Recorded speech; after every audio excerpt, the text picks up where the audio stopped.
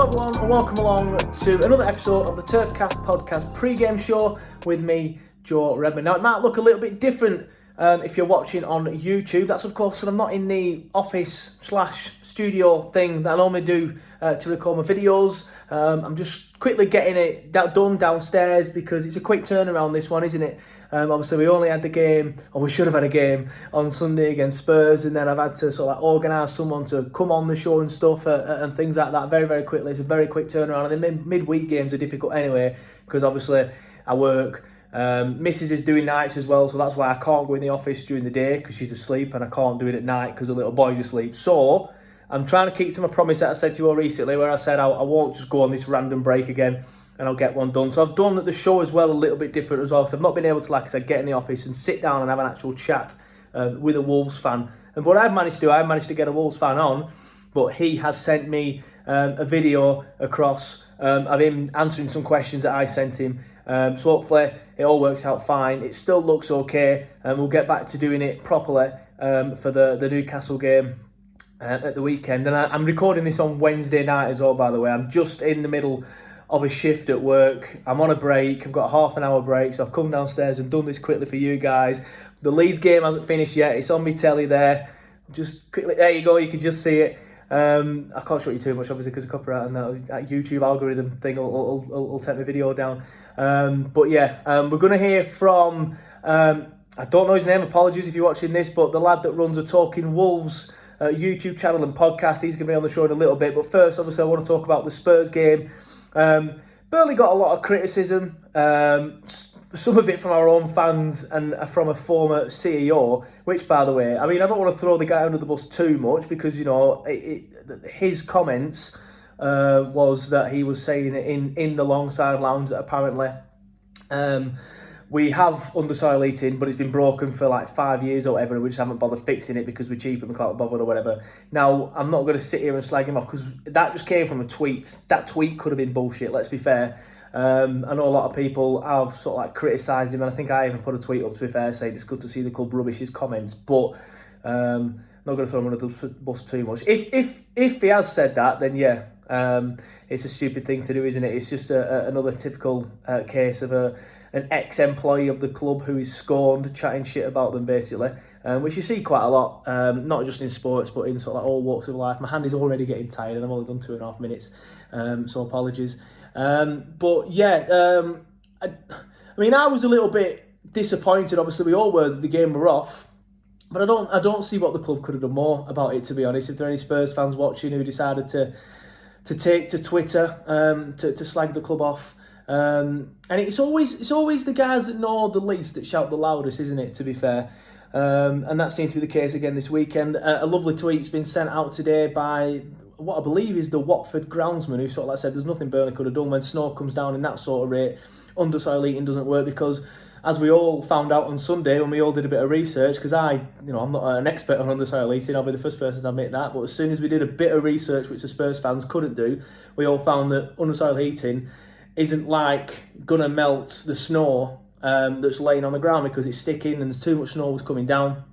It basically stops the ground from freezing, I found out since, but a lot of Spurs fans were just basically saying as if they hadn't got under-soil heating. And to be fair, like I said, I saw a few Burnley, Leeds have got a chance and missed it. I saw a few Burnley sort of like fans saying the same sort of thing. But if you just do a bit of research and stuff, you find out the under-soil heating wouldn't have done anything. The only thing that we could have done is probably cover the pitch. However, because the snow was coming down at the point of kickoff, the covers wouldn't have been on anyway. So again, that wouldn't have done anything.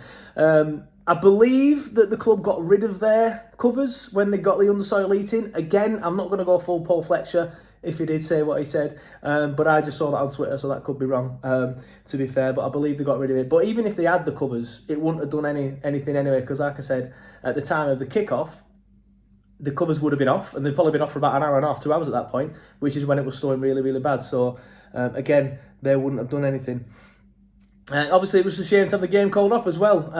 It took me an hour to get there as well, or to get from my house to the turf, should I say. I didn't actually get on the game, but I got to the turf area, and it took me an hour. I only live in Lower House. It took me an hour to get there. It was ridiculous. And as soon as I got there, sod's law, it got called off. Thankfully, I was still in the car, so I just turned around and went home after hearing it on the radio, because I don't check my phone in the car, obviously. But yeah, obviously, as I mentioned earlier, apologies for the difference in the show format. It's because of the quick turnaround. Hopefully, I'll be able to get back into the office as well before the Newcastle show. The missus just finishes nights on Wednesday, so I've got... Man, I'm working Thursday, Friday, so I'm not sure I'll get a chance actually. But I'll get a show out again. Don't get me wrong, I will get a show. If I have to do it like this, I'll do it like this. For those of you listening on the podcast, obviously you won't see any difference because you're not watching.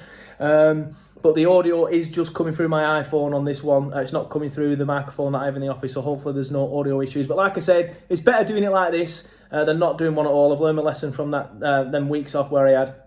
But anyway, let's get into it. Wolves game. Let me know your predictions down in the comments. Give me your predictions in the comments, or if you're watching on the listening on the podcast, put your predictions on Twitter. Tag me in it. Let me know what you think it's going to be. Obviously, you'll hear mine at the end of the. In fact, no, you won't, because I've not done it that way. So I'm going to predict 1-1. I'll tell you now. Then I'm going to predict 1-1. I don't know. I'm a little bit apprehensive about Wolves. Obviously, they started the season quite well. We normally go there and have a bit of fun, and we do have a bit of joy against Nuno Espirito Santo's sides, but of course he's not there anymore. I've not really seen them play. I don't really know what Bruno Lage is about, what his attacking style, or is it a defending style, or what. The lad, I've asked the question, the lad you're about to hear in a minute, but I haven't actually downloaded and listened to his actually answers yet, so I still don't really know what sort of style of play we're going to see from Wolves. As you can see, the camera's shaking a little bit. My arm is very, very tired now, so I'm going to wrap up. Here is the lad. Apologies, mate, I didn't get your name. From the Talking Wolves YouTube and podcast channel, and he's previewing, of course, Burnley Wolves at Molineux on Wednesday. Hi guys, my name is Dave. As a party, I am from Talking Wolves. Hope you guys are well. Thank you firstly for inviting me onto your podcast to talk about Wolves versus Burnley this Wednesday. Obviously give my thoughts on the Wolves perspective really and see how we go. If you want to check us out, we're at Talking Wolves, YouTube, Instagram, Facebook, Twitter, you know, the work. So yeah, be sure to check us out. But yeah, it's been, you know, you look at our season. No disrespect to Burnley, Wolves in terms of, you know, the table. We're on the opposite side of the table to you guys, which on paper looks pretty good, but it's still been a strange start for us this season. We actually lost our first 3 games of the season, albeit they were tough games. You know, we had Leicester, Spurs and Manchester United, which in my opinion, all 3 games we played really well in, but unfortunately lost out all of those games. But from there to basically this game, we've had a stretch of pretty much winnable games. So I would have been very disappointed if we weren't even in the top half. But we've had teams like Watford who we managed to beat, Brentford who actually beat us. But then we've played Newcastle, Southampton, Villa, Norwich who dropped points against most recently, which is really disappointed. So all of the games really from September up to now have been, in my opinion, winnable games. So you would expect us to be in and around this position. The real test for Wolves is December. As we're next week, on Saturday actually, we've got Liverpool. The week after we've got Man City. The week after that we've got Chelsea. So we've got a really, really tricky run of fixtures coming up. So yeah, it will be extremely interesting to see where Wolves are come the end of December, because we've also got Arsenal later in the month. We've got Manchester United in the new year. So who knows? We've started okay though. You know, the change of football has been good in most games. I don't know what's happened in 1 or 2 away games. We've set up very, very negatively, in my opinion. But the games when we want to get on the ball and attack, we look fantastic. Some of the best football, top flight football I've seen from Wolves in a long, long time. Obviously, Nuno going to Spurs, Bruno Lage coming in. Was I a bit worried? Yes, I was. Mainly because, for me, Bruno Lage wasn't the option I would have had. I did a video when Nuno was, when it was pretty much confirmed Nuno was going, and pinpointed 5 managers I would prefer. And Bruno wasn't really one of them. And that wasn't really much disrespect to Bruno. I just felt that he didn't have the experience that I would have wanted as a fan. Because, you know, the only experience he had really was Benfica, where, if I'm honest, he had a fantastic record at Benfica, but that's his only club. And it's sort of, sometimes you walk into a club you inherit a club of players. If you're managing Porto, Benfica, Sporting in Portugal, you're expecting to win a good amount of games. So that's why I was a little bit dubious. But once he got the job, once he was official, I'd give him my full backing. You know, I'm not one of those that I'm not going to just stick to my opinion from day one. You know, I want to give him a chance, and he's pleasantly surprised us. I thought pre-season was a little bit broken, if I'm honest. But it's very hard to tell a team's progress from pre-season games, especially when we've got a lot of under-23s players playing in those games. But yeah, there was a lot of fans thinking we were going to get relegated. I knew that wasn't going to be the case. But at the same time, I just didn't know what to expect. I just didn't want another season where we were going to sort of not have anything to aim for almost, and just to have another sort of season to consolidate, which I didn't really want. So I'm happy. I'm happy with how we started. Things could be a lot better, but things, of course, could be a hell of a lot worse as well. So why do I think we've hit the ground running with Bruno? The players seem to respect him a hell of a lot. They seem to enjoy his regime, his style of training, his style of tactics. I think it's just a lot more positive. Look, we've got good attacking players. We've got the likes of Pedro Neto, who's still injured and has to come back from injury as well. So we've got some really strong attacking players still to come back. And what I think he's getting the best out of players that Nuno sort of struggled to get the best out of. Maybe that's me being a little bit disrespectful to Nuno, really, because he did a great job with Ruben Neves, but last season in particularly, he struggled to find the balance. Once Raul Jimenez was out injured, Nuno just wanted to defend, and as fans, you don't really want to see that. So Bruno Lage has sort of almost taken the shackles off Ruben Neves. He's playing higher up the pitch, and he has been fantastic for us this season. Unfortunately, he's going to be suspended for the game against Burnley, Ruben Neves is. But yeah, I just think it's been a good start. But obviously, it's sort of coincided with us having a run of games where, in my opinion, should be winnable. And if we dropped many more points, I would have been disappointed. So I think that always helps, really. It does always help. And I've pointed on his style. Nuno in particular. In terms of shape, Nuno and Bruno are playing very similar shapes. I think Bruno had come into the club and everybody expected him to play a 4-4-2 system because that's how he played at Benfica. But that wasn't the case, really. When he came in, he tried it a little bit during pre-season, but it's been predominantly a 5-2-3 or a 3-4-3 in some cases. And I don't know if he's going to be sticking with that or if that's just because of the players we've currently got. So who knows? In the future, maybe we'll see Bruno Lage switch back to the 4-4-2 that he did so well with at Benfica. And in terms of how I think he'll play against you, that's the exact formation, a 3-4-3. I think will like to attack down the wings a lot. So it'll really be interesting to see how we get on a 3-4-3 setup. And I'm expecting, because we are at home, to obviously attack. Nuno obviously went on to fail at Spurs. Was I surprised to see him sacked so soon? Yes, but at the same time, I was very, very surprised to see him get that job. I think it was pretty common public knowledge that he wasn't the first choice there. He probably wasn't the second choice there. So he was down their list. But he started fantastically well. He won the Manager of the Month, didn't he? That first month in the Premier League. And I thought, fair play. I started to get a little bit jealous again of Nuno. He seemed happy there. He seemed refreshed. Because at Wolves, I'm not sure what happened really. Just didn't seem motivated. Seemed very negative. But I was very upset when it was said that he was going to be leaving Wolves. But yeah, it's a shame that he was sacked so soon from Spurs. But I don't think he was ready to take that step. I think he's one of those managers that sort of needs a project. I think he was in a good place at Wolves. I think he was unfortunate really with his injuries in that last season. With Jimenez, who knows where we could be right now. Obviously with him getting injured, Nuno had a very, very difficult end to the season. What's my honest perception of Burnley as a club? Now, I do have a pretty good friend that is a Burnley fan, actually. So, I know bits and bobs about them. But for me, I'm just not 100% sure what, as an outsider, what Burnley's direction is and where they're going as a club. I think Sean Dyche is an unbelievable manager, and every now and then, obviously, you see him linked with other jobs.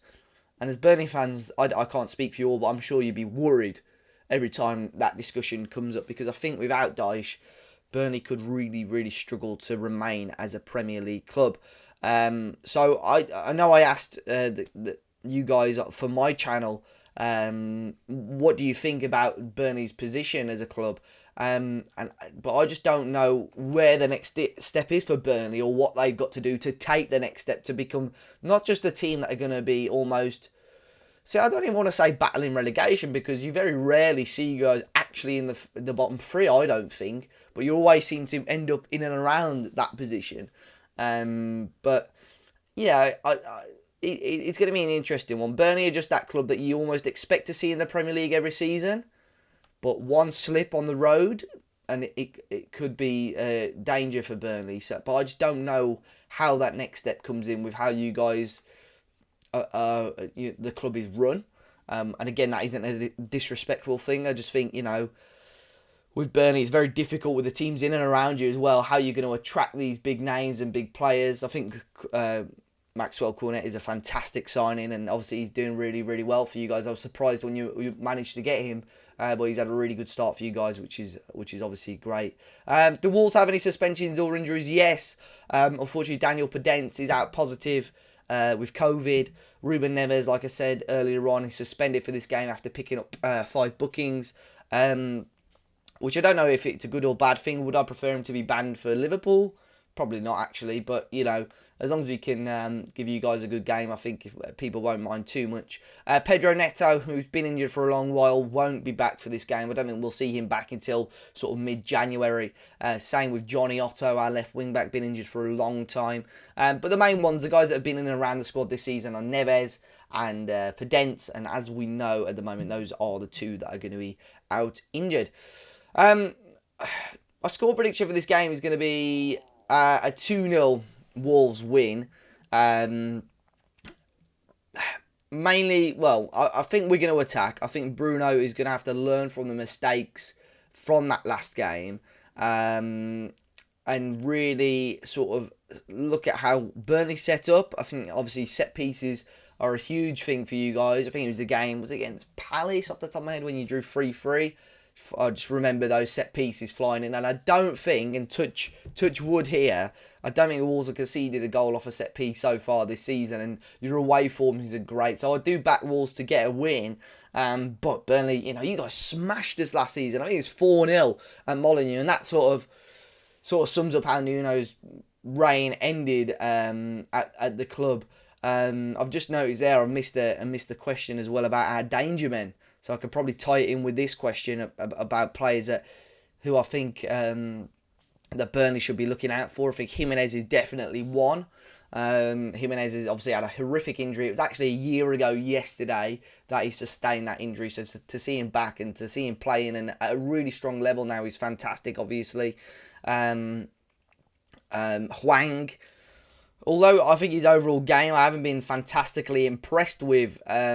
In and around the box, you give him that ball and he'll put that ball in the back of the net.